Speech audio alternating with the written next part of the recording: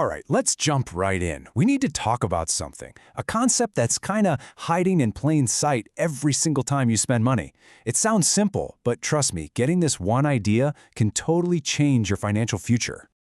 So just think about the last thing you bought. A coffee, maybe a new shirt, lunch, whatever. It seems super simple, right? You hand over some cash, you get something back. But there is so much more going on. Because here's the thing, every single time you buy something, you are also making a choice not to buy something else. See, it's not just about what you get, it's a trade-off. You're giving up all the other things that dollar could have done for you, and a lot of the time, we don't even think about it. And that unseen trade-off, well, it's at the very core of every single financial decision we make. It actually has a name, and honestly, it's one of the most powerful and maybe one of the most ignored ideas in all of personal finance. Okay, so what do we call this powerful, unseen force? Let's put a name to it and get a real definition. Right, and here's the key part. Opportunity cost isn't just anything else you could have done with that money. No, it's the value of the single best alternative, the next best thing you gave up. It's literally the path not taken. I love this way of thinking about it. Your money doesn't just vanish into thin air. You're directing it somewhere. It's like you're the director of a movie, and every dollar is an actor you're telling where to go, and every single one of those decisions has a consequence. Okay, let's make this real. Say you spend $50 eating out. That $50 is now gone, right? But what could it have been? Well, it's $50 you didn't save. That's $50 you didn't invest, maybe a tiny piece of a stock or something. And it's $50 you didn't use to pay down some debt. Each one of those choices has its own future. All right, let's really see this in action with a classic example. We're going to take a look at a small, totally harmless daily habit and watch how its real cost just explodes over time. So, you grab a $5 coffee every workday. It doesn't feel like a big deal, does it? But then, that turns into about $100 a month. A little more noticeable, right? Which means it adds up to $1,200 a year. Okay, now we're talking real money. Money that could be doing something else entirely. But here's where it gets crazy. What's the hidden price of that coffee habit over, say, 20 years? The real cost isn't just the cash you spent. The opportunity cost is what that money could have turned into. Think about it. That $1,200 a year, if you invested it instead, over 20 years, with the magic of compounding, it could grow into several $1,000s. So by buying the coffee, you're not just giving up the cash itself. You're giving up all its potential to grow.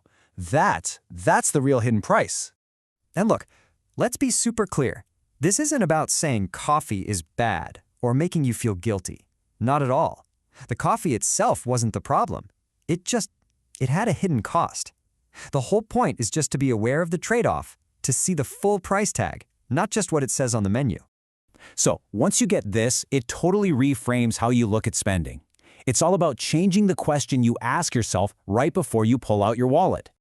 The old question we all ask is, can I afford this? It's a simple yes or no. But the better question, the more powerful one, is what am I giving up by buying this? See the difference? The first question is about right now. The second one connects today's purchase to your future goals. Because that first question leads to impulse spending, which literally steals from your future freedom. But the second question, that leads to conscious spending, and that's how you build your future freedom. Two totally different outcomes. Again, this is not about deprivation. It's not about never having fun. It's the exact opposite, actually. It's about spending with intention, making sure every dollar you spend is aligned with what you really value. Think about it. Spending out of habit just on autopilot is super expensive because of all those hidden opportunity costs. But when you start spending in line with your values, whatever they are for you, that spending becomes incredibly powerful. It's no longer just buying stuff. It's building the life you actually want. And really, that's the whole point, isn't it? This mindset puts you in control of your money, not the other way around. You get to be in the driver's seat. Okay, let's wrap this up with one last really powerful way to frame all of this. Think of every dollar you spend as a vote. So what are you voting for? On one hand, you can vote for consumption, which gives you pleasure today, or on the other hand, you can vote for investment, which gives you more options tomorrow. Neither one is wrong, but it's crucial to know which ballot you're actually casting with your cash. This quote really says it all. Wealth isn't built by how much you earn, but by how consciously you choose. It's so true. How much you make is just part of the equation. The real secret is how you choose to use it. So I'll leave you with this question to ask yourself. What future will you choose today? The next time you go to buy something, just take a half-second pause and ask, what am I really choosing right now? The answer might just change everything.